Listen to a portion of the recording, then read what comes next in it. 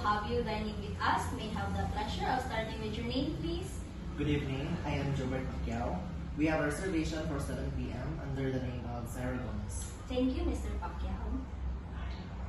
I've located your reservation. You booked a table for 4 person at 7 p.m. Is that correct? Yes, that's right. We're celebrating my boyfriend's birthday tonight. Happy birthday to your boyfriend, sir. Right this way, please. Your table is ready. We prepared a lovely table for you in a non-smoking section. Please take a seat and make yourself comfortable. Just wait for a moment, sir. Okay.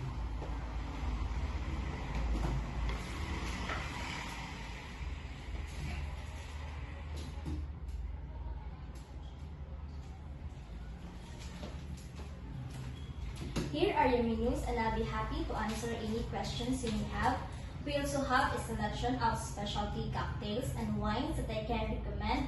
Your server Yana will be with you shortly to take your orders. That sounds great. Can you tell me more about your specials tonight? Absolutely. Tonight we have a few special that I'd like to highlight. Our stuffed special is a grilled filet mignon with a covernet reduction. We also have a seafood paella that's been very popular lately. And for our dessert, we have the Canton chocolate cake that's sure to satisfy any sweet tooth. Is there anything else I can get for you before I leave you to enjoy your meal? No, that's all. We're committed to providing you with an exceptional service and ensuring that your dining experience is nothing short of fantastic. Thank you so much. Thank you again for choosing Bite Best Restaurant, and don't hesitate to ask for anything. Your server will be checking in on you throughout your meal.